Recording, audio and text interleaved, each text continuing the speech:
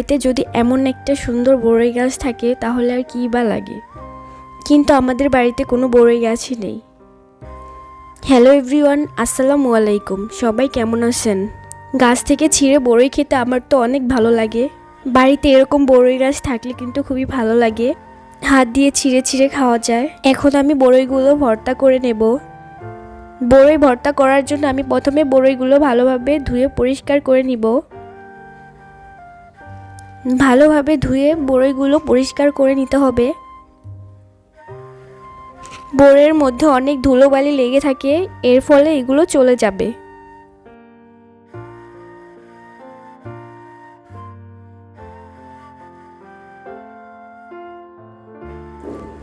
আমার বড়ইগুলো ধোয়া হয়ে গেছে, এখন আমি বড়ইগুলো তুলে নেব।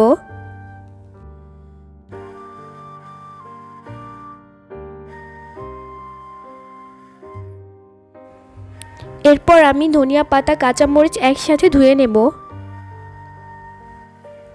তো আমার ধনিয়া পাতা কাঁচামরিচ বড়ই সবগুলোই ধোয়া হয়ে গেছে। তো এখন আমি এগুলোকে ভর্তা করে নেব।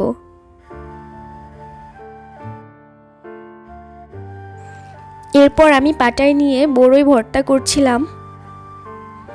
এভাবে পাটায় মেখে বড়ই ভর্তা খেতে কি যে মজা লাগে।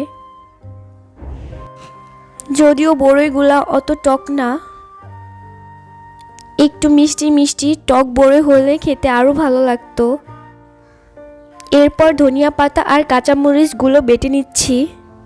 লবণ দিয়ে ভালোভাবে কাঁচামরিচ আর ধনিয়া পাতা বেটে নেব।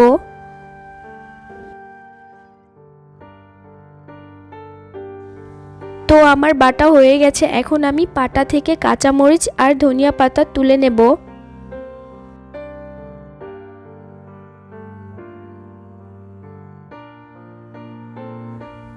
বড়ির দানাগুলো কিন্তু আমি সবগুলোই ফেলে দিয়েছি। এরপর বড়িগুলোকে আমি ভালোভাবে মাখিয়ে নেব।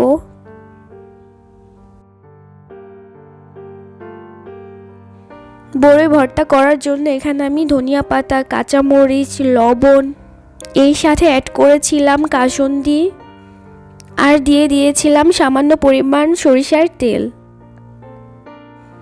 সরিষার তেল দিলে ভর্তাটা খেতে খুবই ভালো লাগে। আমি ভর্তা মাখানোর পুরো ভিডিওটা আপনাদের সাথে শেয়ার করতে পারিনি। দেখতে তো খুবই সুন্দর হয়েছে, এবার খেয়ে বলবো কতটা ভালো হয়েছে।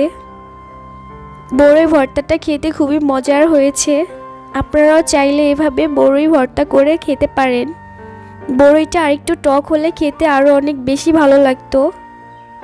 একটু মিষ্টির জন্য খেতে অতটা ভালো লাগে নাই। আজকে এখানেই শেষ করছি। সবাই অনেক অনেক ভালো থাকবেন, আমার জন্য দোয়া করবেন। আসসালামু আলাইকুম।